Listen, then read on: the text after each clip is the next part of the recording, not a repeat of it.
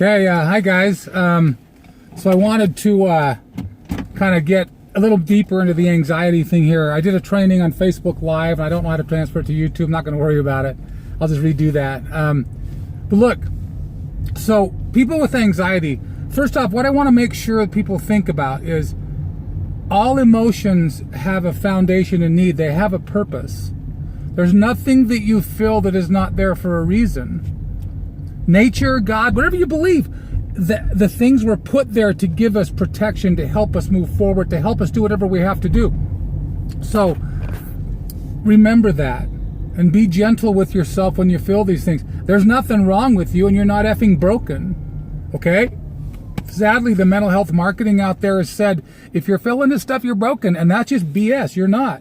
So in talking about anxiety, look, anxiety is there for a purpose, as I said. Now, everybody has it. For some people, it becomes rocket fuel. It propels them forward, gets them to the next level.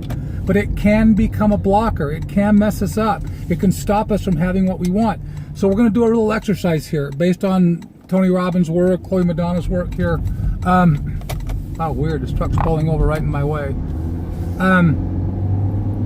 So I want you to think about if you do have anxiety, and do this with people in your life you love. If you have somebody that suffers from anxiety, a lot of it, start getting get a paper and pencil. I want you to do this. A paper and a pen. A pencil still exists? A paper and a pen. And I want you to sit down and think about what your anxiety is. And then I want you to think about what is the opposite of that. What's the opposite of anxiety? When you think about what you deal with, what it does to you, how it affects your life, what is the polar opposite to that? And I would like you to get detailed about it, so you have an understanding of what is the opposite of the stuff that's stopping you from moving forward. And then what I want you to do after you have that, I want you to sit down and start thinking about what could you do if anxiety wasn't a thing, wasn't in your life.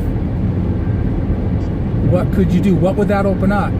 What could you accomplish? Who could you love more? Could you love deeper? Could you give more love? Could you do more service? Could you be healthier? Could you eat better? Could you spend more time exercising? Could you find things in your life that light you up if you didn't have anxiety as a thing? When you look at this, that is your compelling future. That's what life can be for you. Understanding what anxiety is and exactly what the polar opposite is of that is a key to start getting on top of it.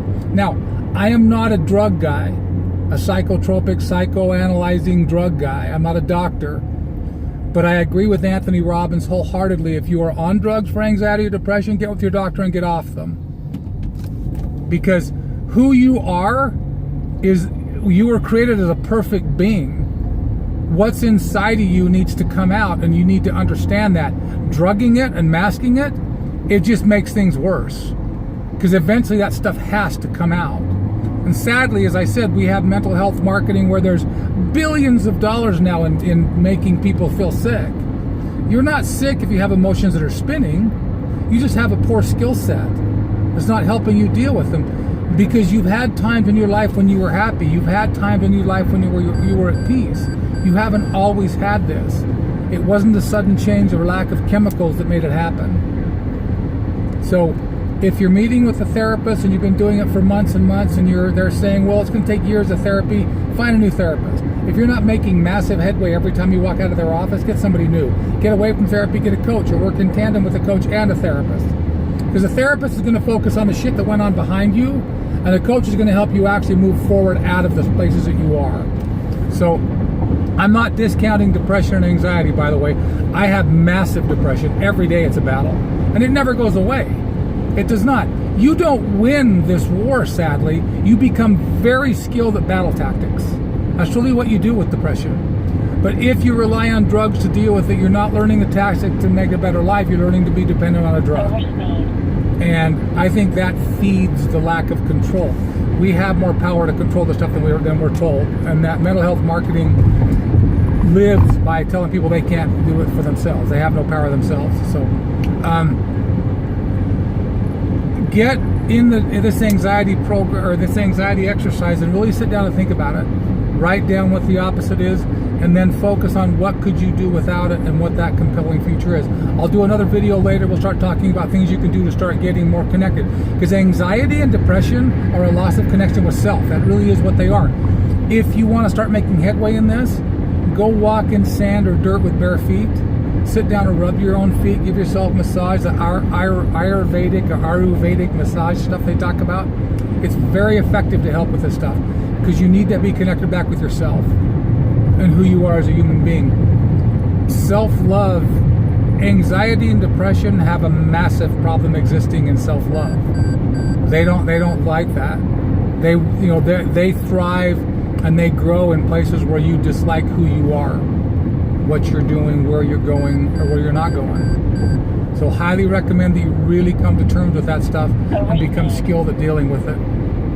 And we'll talk more in depth, as I said, doing things that get you lit up and that get you out seeing the world and get you with people. And I talk a lot about this. I use Disneyland as my example a lot. People are like, well, Disneyland's not reality.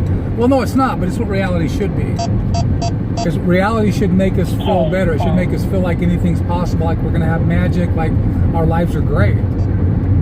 And the reason it does that, the reason why people see such massive changes in how they feel as a human being when they get exposed to places like Disneyland, Disney World, or religious buildings, edifices, it's because, number one, with Disneyland, you're outside, right?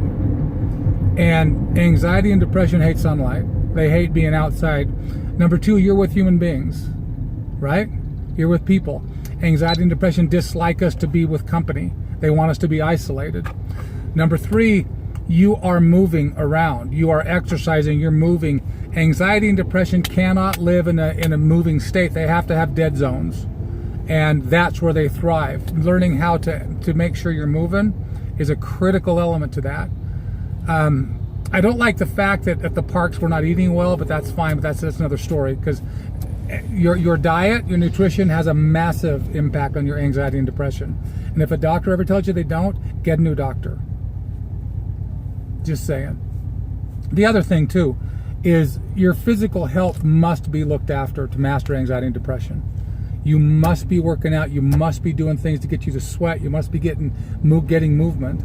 If you're not, that's, again, anxiety and depression have a massive problem hitting moving targets, but they are masterful at hitting the stationary. And if you're not moving, and I don't mean moving forward in life, I mean physically, something simple as going for a walk, or getting up and jumping up and down and pretending that your basketball team just made the final touchdown. Ha ha ha. Or reliving a moment that was exciting and amazing to you, but you're moving while you're doing it. That's critical. Those are tools. Again, anxiety and depression have trouble hitting a moving target. So get out, get moving, do this exercise first.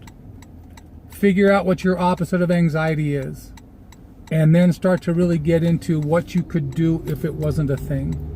Where would that time, energy, resources, where would all that stuff go if you were on top of this?